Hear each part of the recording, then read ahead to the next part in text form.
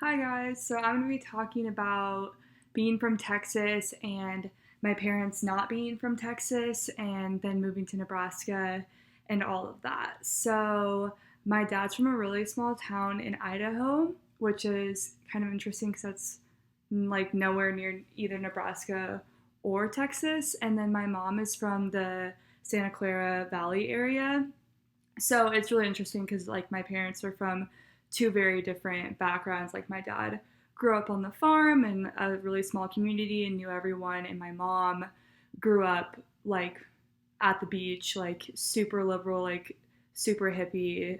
And then they both went their separate ways for well, because they didn't know each other, for college, and then they met at Willamette University, which is in Washington, for grad school. And so, like, it's just funny how they like met in the Pacific Northwest, and they like got married or whatever, fell in love, all that jazz.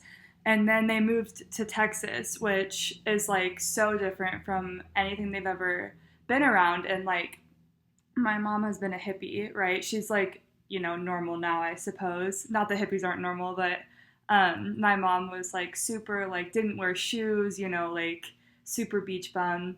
And my dad became sort of like that when he went to the small liberal arts graduate school with my mom. And then they told me, like, they always talk about how nervous they were moving to Texas because they were very much like not yeehaw, I suppose, for lack of a better term. And but they moved to Austin, which, if any of you guys know Austin or have been to Austin, it's like nothing like the rest of Texas. It's like Portland kind of, except for like better weather. And like they were from like the Seattle area ish, and that's like close to Portland.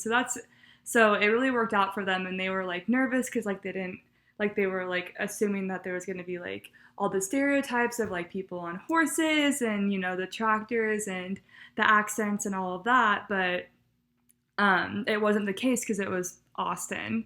And back then, like, there was no like internet or anything, so they couldn't do like all their research like there is now. And then I was born in Austin, and then my dad had to get transferred to Dallas, and that was a big transition.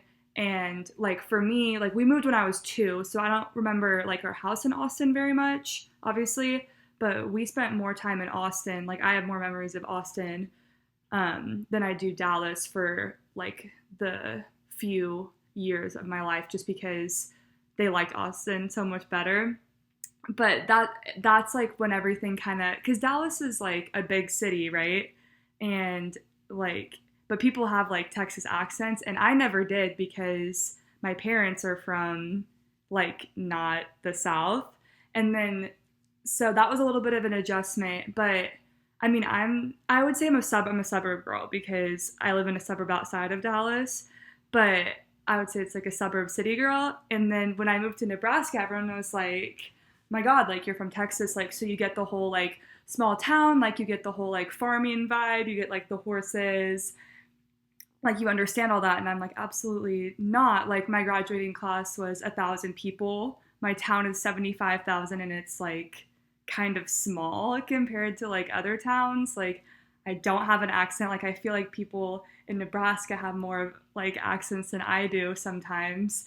And so it's just funny because like from based on like where my parents grew up and how they raised my brother and I, and like who we surrounded ourselves with, and our climate really like shaped who we are. But it's just funny to hear like the stereotypes of Texas, and like even like my parents thinking that there was going to be the stereotypes like that, and people meeting me like, like my roommate freshman year, like when she met me, she was like, I really thought you were going to have an accent.